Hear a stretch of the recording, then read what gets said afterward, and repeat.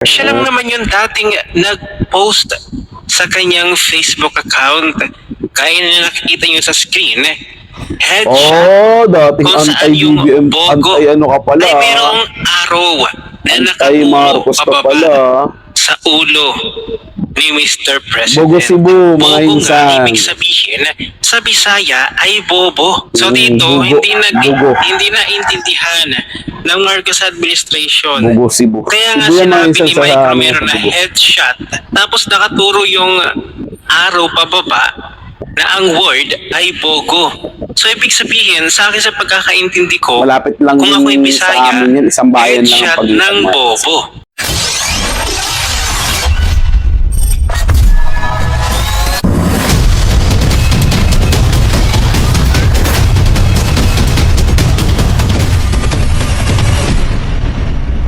So yun na mga insan, Reaction Insan muli pong nagbabalik. At syempre mga insan, palambing naman dyan, baka naman, pwede dyan, lalo-lalo na dyan sa mga DDS, Duterte supporters, baka naman, mag-subscribe kayo dito sa ating channel. Ganun din sa mga haters dyan, sa mga ululistang tanso, baka lang naman, gusto nyong magkaroon tayo ng, alam nyo, counter na ganyan, mag-subscribe din kayo sa ating channel. At syempre, i-share nyo rin ang ating video para mas marami makanood. Like and share mga insan at bisitahin nyo ating Facebook page at TikTok. So ito, ngayong araw mga insan, maganda to. Pag-usapan natin dahil yung NBI witness na po, sumingaw. Sumingaw ang baho ng witness na ito. Grabe. Pag witness niya, talagang nagsilabasan agad at tinunahan na ni Sir Jack, ng tao na to. Nagbablog, na siya vlogger din pala, NBI agent, siya pa yung nanghuli dun sa tapos ngayon siya yung witness, siya naghanap ng ebidensya, siya lahat parang one man stop, one man shop, ganun na yun. Malupitan mga insan na sobrang lulupit talaga nila. Ang galing nila parang parang tawag na may sinusundan talaga. Parang ano ba yan? Script ba yan? Ano bang yan? Anong tanto ako mag-insan sa hearing? Mga highlights lang pinapanood ko, hindi ko talaga pinapanood ng buo. Kasi nauumay doon sa mga pinagsasabi ng team nila Luistro. Kasi alam ko naman mga insan. Alam ko yan mga insan yung mga pinag-aagawa nila kay VP Sara Duterte. Hindi talaga para papanagutin. Hindi ba yan mga insan? Iba yung talaga nila yan. Yan po ay purely politika. Wala pong dyan sa pananagutan. Kasi kung para sila sa pananagutan dito sa ating bayan, unahin nila yung trilyong nawawala sa pondo. Yan, kinuulit-ulit ko talaga yan. Yun yung trilyon yung nawawala dito sa ating bansa sa pondo ng bayan. So paghihirap natin, 'di ba, sa mga walang proyektong nangyayari, yun dapat ang unahin. At hindi itong yung kay VP Sara Duterte, hindi ito importante. Mga insan, ang importante is yung malaman yung malaking nakawan, yung mali-maletang pera. Yun talaga importante. Kasi kung wala yung mali-maletang pera na yun, mga insan, marami tayong proyektong makikita. Sa pag-ikot natin dito sa mga lugar natin, makikita natin may umaandar ng mga proyekto dyan. 'Di ba? Kahit naman yung mga dating proyekto, ngayon tenga at natitigil, hindi sila umuusad. So, asan yung mga sinasabi ni Bongbong Marcos sa mga proyekto na anti-clear? Saan ba nilagay yun? Saan dimension nila yun? Para mabisita naman yung dimension na yun. Para minsan naman masaksihan natin na mayroong proyekto doon, mga insan. So, ito, gawin na natin to mga insan para makakain na tayo ng ating tanghalian at medyo taumguts na mga insan Pang ilan na ba natin to? So, pang-apat na to mga insan, pang-apat na record lang. Ginagawa ko kasi mga insan para hindi sayang sa panahon. Siyempre pag may oras tayo, doon lang naman tayo nakakapag-record pag wala tayo ginagawa at di tayo busy. So ito yan, magre-record na tayo lahat yan, pagsamasamahin na natin yan para sunod-sunod din yung araw ng upload natin. So ganun ang ginagawa natin mga insan kasi we're busy person. Cheers! So ito na mga insan. Naaalala nyo si Mike Romero na isang content creator. Siya lang naman yung dating nag-post sa kanyang Facebook account. Kaya na nakikita nyo sa screen, headshot dating kung saan yung anti-BBM, bogo anti-ano ka pala. ay merong araw na Anti-Marcos ka nakaturo pala. pababa sa ulo ni Mr. President. Bogo Cebu, mga Bogo nga, insan. ibig sabihin, sa Bisaya ay bobo. So dito, Bugo. Bugo. hindi na intindihan ng Marcos administration. Bogo Cebu. Kaya nga Cebu yan, mga sinabi insan, ni sa Mike amin, Romero na Cebu. headshot, tapos nakaturo yung araw pababa na ang word ay bogo. So ibig sabihin, sa akin sa pagkakaintindi ko, Malapit lang kung ako'y din Bisaya, sa amin yan, isang bayan lang ang headshot pagitan ng natin. bobo. Ngayon, heto yung kwento. Wala nyo, Pinulgarga saan ng kami? content creator na ito na si Pag Mike nasa Bugo na kayo, Romero, ang alimbayan tunay na mga katauhan alaman nyo ng na saan. NBI senior agent Ah, na diba? si John Mark Basta, dyan lang kami, Galilong area. na ngayon ay Ah, witness gusto bumisita ng dyan, team lang ako, ha. prosecution. At Kita ano tayo nga sa ba ang naging Bugo. pakay nito Public kay market. Mike O kaya Romero? Bugo, Ayon ano, sa kay kanya, Sano. a man Oy, who go sorry, in harap my tayo sa house Sano. and arrest me Sa, without court ano, fast order food doon. and Yes. also without warrant.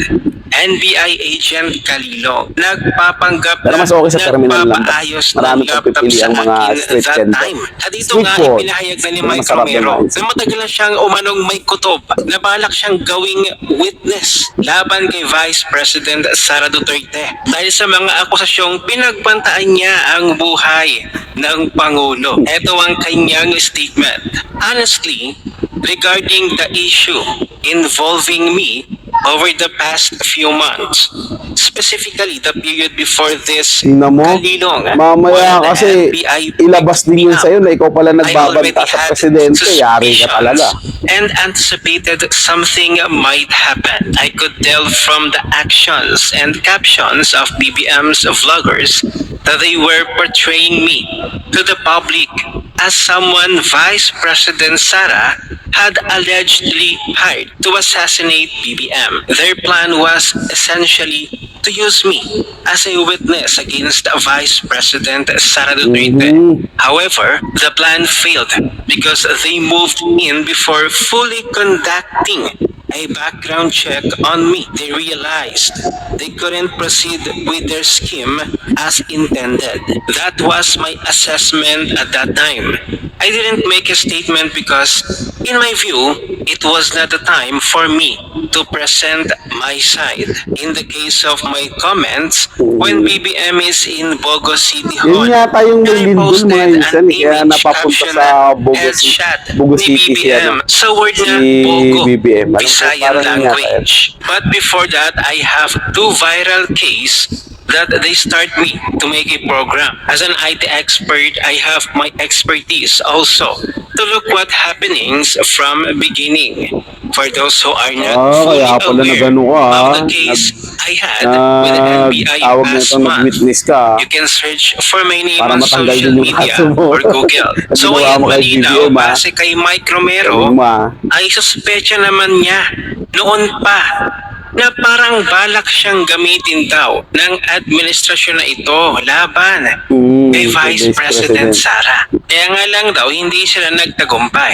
At ang isang certified DDS naman na si Sir Jack, nagbahagi Ayan, din Sir Jack nga ng yan eh. kanyang Ayan, ah. statement Yan pa yung na namuli mayroon sa akin, pang ah. kakibat na picture. Ang sabi niya, sang ito yung agent na isa sa nag-interview sa akin nung pumunta ako sa NBI para harapin yung sabina ko. Ha ha ha. Witness ka pala? Daming racket, idol ha. So ngayon napapaisip ang taong bayan, ang netizen, kung talaga bang witness itong NBI agent na ito. Kaya lumalabas na parang questionable talaga ang pagiging witness ng NBI agent na ito. Tama. Hindi ba kaka-oath lamang nito ni Kalilong? Grabe naman pati yung 2 weeks lamang na training ay expert ka na. Ngayon ang tanong, may credibility ba Expert na agad. itong NBI agent na ito na si Kalilong na maging Wala witness ng prosecution team? Kasi kung totoo itong ibinulgar ni Mike Romero na dating inaresto daw ng NBI na wala daw court order. At ito nga, naging witness na ng prosecution team. Abay Yeah. kung totoo ang pagbubulgar ni Mike Romero, Yari, abay maaaring maging madriyaga na naman ito. Malaking question. Malinaw naman Ang talaga kanyang yung mga credibility. madriyaga din. Sa tingin ninyo, naniniwala ba kayo na isang digital cybercrime expert na agad itong NBI senior agent na si Kalilong? 2 weeks pa lamang ang kanyang training at matibay ba na ebidensya laban kay Vice President Sara ang mga screenshots lamang, at kanina nga hindi pa nakapag-provide ng original ang prosecution team. Hindi ka kasi nila Na yung parang photocopies yan. fabricated documents ang kanilang naipresenta kanina sa impeachment trial. Malinaw naman kasi na kapag meron kang photocopy or xerox ng isang bagay, meron kang pinagkopyahan o pinanggalingan na original. Kaya't mali ang Asan yung sinabi original? kanina ni Attorney Ligutan na ang xerox or photocopy ay makakonsider mo na original. So naipresentang video kanina ng NBI agent na ito. Sa tingin ninyo, napatunayan ba na nagkaroon ng kontratahan o nag-contract itong si Vice President Sara ng isang assassin para sina BBM, Liza Marcos at Romualdez? Hindi ba doon sa na-play na video kanina, matagal na naman talagang alam ng taong bayan yun. Talagang alam yun. Alam Sinabi din naman ni Vice yun, President Sara at ng taong bayan na yung sinabi doon sa video ay sinabi naman talaga ni VP Sara at hindi naman yun itinanggi. Hindi Nag-expect pa hindi naman nila yun. ng taong bayan na mayroon talagang pasabog ang prosecution team sa grave threats daw di umano ni Vice President Sara. Kaso, wala naman palang pasabog na ebidensya. Yung mga sinabi ni VP Sara noon sa video Pasabog sa na nga mga din, press conference, pagsabog na kahihiyan yun nila. yung ginamit nila. Hindi nila Madriaga napatunayan 2.0 na si to eh. Vice President Sara ay nangontrata ng isang assassin. At saka isinama pa doon sa testimony ng witness nila, ng NPA agent na ito, yung sinabi ni VP Sara na ipahuhukay yung labi ni dating Presidente Marcos Sr., yung tatay ni BBM. Ipahuhukay at itatapon sa West Philippine Sea. At bigla naman naging ipokrito itong mga kakamping na ito. Hindi ba noon nga, ililibing pa lamang sa libingin ng mga bayani? Grabe na yung mga reaction Ayaw nyo, nila. grabe yung pagtutol ninyo. Dapat na matuwa kayo Ayaw kung yung ipalibing ipapahukat. sa libingin ng mga bayani Yung yung ayaw labi nila, ni Marcos Sr. Tapos ngayon na huhukayin naman ni VP Sara yung Ayaw labi nila. ni Marcos Sr., ayaw yung pumayag. At ano pa kaya ang natatagong lihim sa katauhan ng Nakakatawa sila. NBI agent na ito na si Kalilong? Ano ang inyong opinion? I-share mo na ang video na ito. Mag-iwan ng comment at tagyan sa ibaba at magkita-kita ulit tayo sa susunod na video. Ano nga incident ito, inaalala lang ako. Pinapanood ako na isang content creator sa Facebook. Magaling lagi ko napapanood yun eh. Si din yun, lakas din tumawa, sabi niya ba? May nagkaibahan daw ng Duterte supporters at sa mga Dilawan Pinklawan supporters. Yung mga Duterte supporters daw, sinuportahan si Marcos noon. Nung malaman na corrupt, nilabanan, inayawan na. Tapos yung mga yung Pinklawan, Dilawan, galit na galit sila sa mga Marcos noon. Nung malaman nilang corrupt, sinuportahan. Never again daw Marcos, never again. Ngayon daw, never against. Never against Marcos. Grabe mga yun, Dati, yung mga ito, lalo na yung mga kabayang black na yan, nagsisumigaw yan, no to Marcos. Kinakantaan na yan, Marcos, magna, ganun pa. Galit na galit din sila dahil pinalibing sa libingan ng mga bayani. Tapos na ito, nung naglabas si Bibi, papahukay ng ganyan, nagagalit sila, dinidetensya nila din. Ang gulo nila mga insano. Hindi mo alam kung saan yung paninindigan nila eh. Galit na galit sila noon, ngayon hindi na eh. Kakampi na nila. Hindi, okay ka pala, goods ka pala eh. Ang dami palang biyaya sa'yo. Sa mga Duterte kasi walang biyaya, gutom sila mga insan, wala silang mahihita. Kaya si Jam Magno lipat, di ba? Ang daming mga vlogger, lipat tayo. Hindi tayo makakapag-retoke dyan. Nakilala niyo si, yung payat, si Baba. Yung Duterte, ganon. Yung lagi natira Duterte, namuti na nila. Nakakabili ng nagluto eh. Si hostess girl, yung palamura kay Bibi Sara Duterte, lagi nagmumura. Bakit okay na, di ba? Ang dami nagkapera dahil sa mga Duterte, mga insan. Babayaran na kabila eh. Samantalang yung mga didis vlogger, nakita mo, may din pa rin sila hanggang ngayon. Diba? Wala pera, walang mga bayad. Kasi nababayaran. Ganun pa rin yung pamumuhay. Di ba? At least, ang nilalabas nila is katotohanan. Di sila namimira. Di nila minumura yung ano. Hindi katulad ng mga to. Di ba? Mga insan, sabi nga 'di ba, matagal nang kasabihan yan na ang kadiliman na hindi mananalo sa liwanag, ang kasamaan na hindi mananalo sa kabutihan, ang kasinungalingan lalabas at lalabas din yan. 'Di ba? Walang usok na kaya mong itago, lalabas at lalabas yan. Sisingaw at sisingaw din yan, mga insan. So ito na nga, sumisingaw na yung kabulukan nila, naghahanap sila ng taong masisisi. So yung taong sinisisi naman nila, the more nilang binababa, the more na itinataas ng taong bayan. Sabi nga sa Bible, sabi nga ng Panginoon Diyos, yung taong nagpapakababa ay tinataas. Yung taong nagpapakamataas ay ibinababa. So ayun mga insana, ano masasabi nyo? Mag-komento na dyan, ilagay sa comment section ng inyong mga saloobin, shoutout o kahit ano man yan, pag-usapan natin yan. At syempre pupusuan ko yan. Maraming salamat sa panonood mga insana. Huwag nyo kalimutan mag-subscribe.